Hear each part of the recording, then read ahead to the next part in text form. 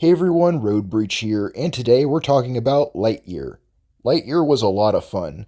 The movie is about Buzz trying to get back home after messing up a mission. Buzz goes through several test flights trying out new fuels, and as he does so, years pass and he ends up outliving his friend Alicia. There's this moment where Buzz comes back from a test flight and there's a message left for him by Alicia.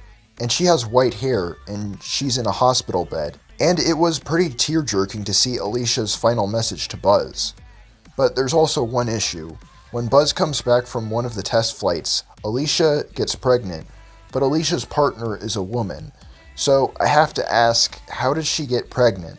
I don't have an issue with having same-sex couples in my movies, but if it affects the plot in a way like this, then that's the one and only exception for me having a problem with it. Unless either A, there's a third-party sperm donor, or B, Alicia's partner is a hermaphrodite, and we don't know. Regardless of all that, I did like Alicia's granddaughter Izzy. She wanted to be a space ranger, but she was a little bit of a mess when Buzz met her. I also thought Socks was a pretty likable character too. I mean, he's a robot cat, what's not to like? Now, there was one issue that I thought of when I was writing this. I really like Zurg's design in this movie, but I have an issue with his origin. Skip to here if you want to avoid spoilers. Zurg is actually a future version of Buzz in this movie, and he went back in time to try and make things right.